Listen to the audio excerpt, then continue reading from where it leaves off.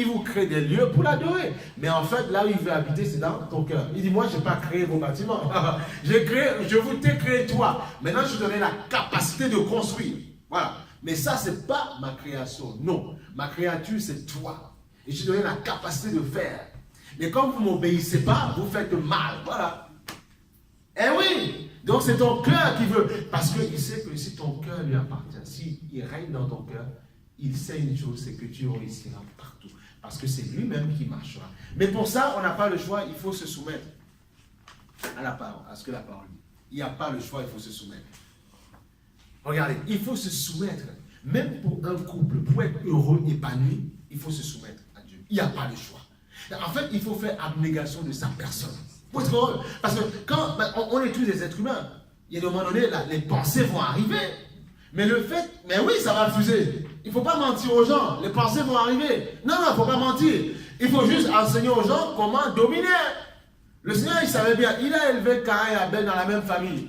Ils sont dans la même famille, le même père, la même mère.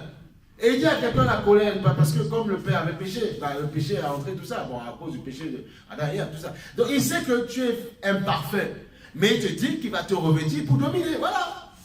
Et le même Caïn qui a déconné, il a fallu qu'il mette un signe pour qu'on ne tue pas Caïn. Voilà. Donc,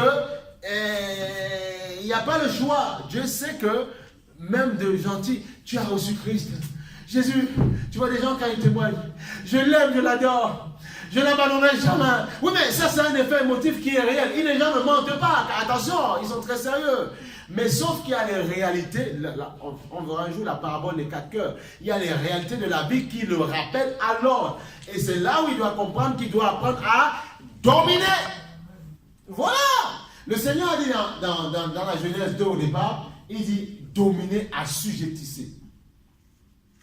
Dominer, assujettissez. Alors on peut se poser là. C'est là où beaucoup, même les théologiens, chercheurs ont compris que le diable était là avant au jardin d'Éden. On dit, les gens ne comprennent pas, Dieu a créé le paradis, mais il était là, il voyait quand Dieu créait l'humanité. Parce qu'on peut se dire, mais pourquoi il me demande de dominer? Mais tu crées tout parfaitement, on domine quoi? Il dominait, assujettissé. C'est parce que tu auras des adversaires et tu dois les dominer. Il doit faire le boulot. Ça veut dire que Dieu savait qu'il y avait la preuve, ça n'a pas raté, le diable a investi le serpent. Il a investi le serpent. Il a investi le serpent, qui était un animal, le plus rusé. Mais on sait que Adam parlait au serpent. Attention, puisqu'il a donné un nom à tous les animaux avant. Donc Adam a donné un nom au serpent, un nom au lion. Il a donné tous un nom.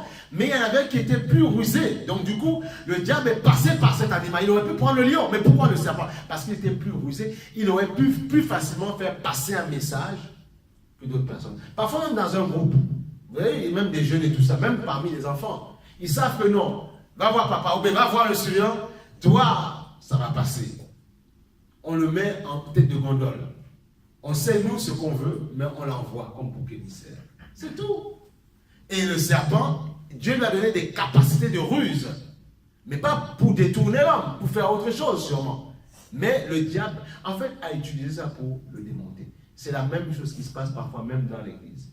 Il y a parmi nous des personnes qui ont plus de facilité à penser à faire telle ou telle chose. Voilà.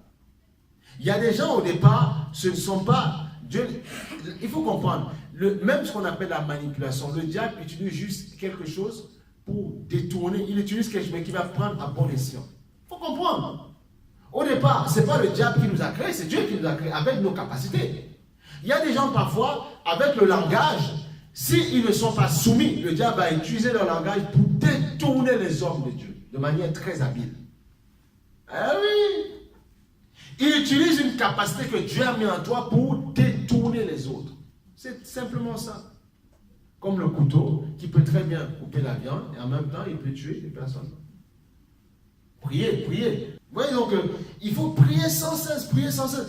On a tout intérêt à ce qu'un chrétien ou un pasteur reste debout fort. On a tout intérêt. Parce que si, écoutez, si tous les chrétiens sont décimés, si nous tous on est décimés, comment on fait ça? Voilà pourquoi tu dois prier pour l'avancée de ton frère. Dis-toi que si ton frère, Dieu l'élève, tu vas en bénéficier. Il faut arrêter de dire, chacun son tour. Il faut être patient avec cette affaire. Chacun son tour. Mais oui, si dans une église, tu appelles un pasteur, il lui met une vision pour communiquer. Mais si tout le monde dans l'église se dit non, mais moi aussi, mais non, on ne peut pas aller loin. Dans ce cas, il faut aller créer son église. Mais après, ça va être n'importe quoi. Et c'est ce qui se passe souvent. Et on crée tout n'importe quoi. Après, on fait rentrer les gens là-bas. Et puis après, on fait tout n'importe quoi. Voilà. Et après, le diable salit l'église comme ça. Et les gens disent non, vos histoires, on n'a pas envie. Ça ne nous intéresse pas. Non, il faut se laisser former. On a envie de former des gens de qualité. Les gens, quand ils parlent, on dit mais non, mais vous êtes remplis, il y a quelque chose. C'est quoi cette affaire? Tu vois, on ne veut pas former des gens légers, quoi. Il faut former des vraies personnes, des vrais disciples. Des gens qui n'ont pas peur, qui parlent correctement, quoi. Il faut bien faire les choses avec Dieu. Ben oui. Je n'ai pas envie de rester dans mon coin. Oui, mais Dieu m'a appelé. Oui, mais je suis. Mais non. Quelqu'un qui a compris que Dieu l'a appelé, mais qui a compris qu'il doit maintenant se lever, se mettre debout pour faire le travail. Et si vous voulez qu'une église soit forte, que demain, même les médias arrivent, parce que même quand vous savez, il y a certains corps de métier, quand vous l'apprenez, ça vous ouvre le discernement. Et si on ne sait pas quand ils arrivent, ils déstabilisent tout le monde. Ah oui? Frère, donc la soumission, ça attire une onction terrible dans ta vie. Quand vous voulez chasser les démons, même dans votre vie, si le diable voit que vous êtes rebelle quelque part, vous allez chercher, il dit je ne bouge pas. Il va t'agresser, tu vas te sentir mal. Il dit parce que tu n'es pas soumis quelque part, tu as quelque chose de moi en toi. Donc je ne bouge pas. Voilà pourquoi beaucoup de chrétiens se font avoir aussi. C'est ça. Si tu te soumets d'abord à Dieu et après à l'autorité dont tu dois te soumettre, t'inquiète pas, personne ne pourra te bouffer.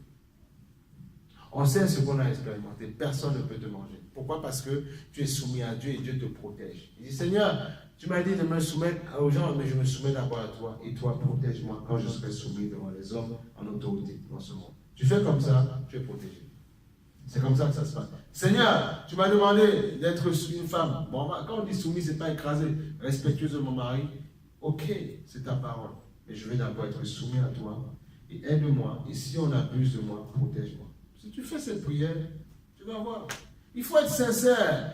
Dieu sait que nous sommes dans cette chair. C'est compliqué. On ne veut pas se soumettre de manière naturelle. Mais on est dans la chair. Avec toute la rébellion qu'il y a dedans. Dieu le sait, ça. Il sait de quoi on est fait. Mais il te dit, si tu crois que je peux, moi je ferai. Ne t'ai-je pas dit que tu verras ma gloire? Il dit, soumets-toi à moi et soumets-toi devant les hommes. Et tu verras.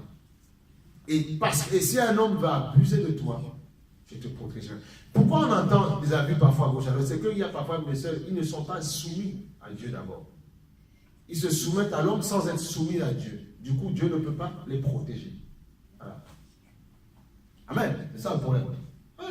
Si tu sais qu'un frère n'est pas à toi, ne t'appartient pas, je ne vois pas en quelle mesure le frère va à la fin de l'église. Ma soeur, on peut se voir, je t'invite à prendre un café. Café de quoi? Tu es ta femme, je me crois, mais je suis peut-être à l'instant de fiançailles, ou je ne sais pas, moi, on ne se connaît pas, mais café de quoi? C'est quoi tes intentions?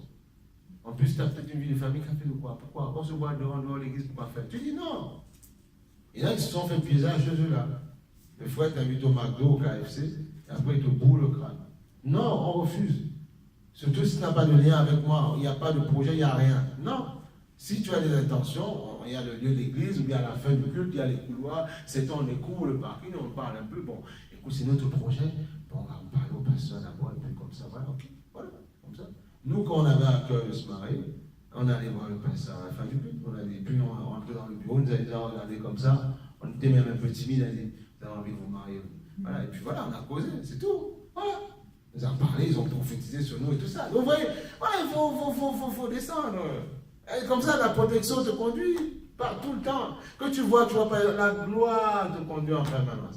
Parce que tu fais tout dans l'ordre. Il faut être respectueux, fais attention.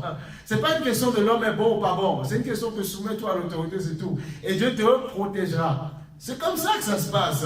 Mais après aussi, tu verras que d'autres, tu pourras conduire d'autres personnes. Ben oui.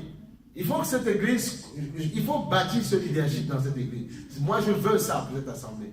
Mais il faut comprendre le principe de la soumission. Tu comprends ça, tu vas très loin. Tu vas très très loin. Tu vas loin, et personne ne peut t'empêcher. Parce que tu peux être un bon chrétien. Le problème, c'est juste dans l'histoire, je ne veux pas qu'on me dise ça. Eh bien, c'est là où le diable dit, bon, tu ne pêches pas, tu ne couches pas dehors. Et là, ça, tac. Il dit, avec ça, je vais te tenir. Ah oui, soyez plus malin que lui. Et c'est ça la droiture de cœur. Dire à Dieu tout ce qui se passe dans ta vie, détaillé. Et tu diras, bon, cette telle personne à qui Bon, c'est qui devant toi? Oui, mais Seigneur, c'est telle personne. Est-ce que tu ne dois pas? Ok, Seigneur, voilà. Fais ce qu'il te dit, non. Soumets-toi simplement et tu verras maman. Tu as un problème dans ton travail avec ton responsable, lui dit, bon, c'est qui devant toi? C'est ton responsable? Oui, Seigneur. Il dit, ben, allez, un minimum de respect, et moi je toucherai son cœur. C'est comme ça que ça se passe.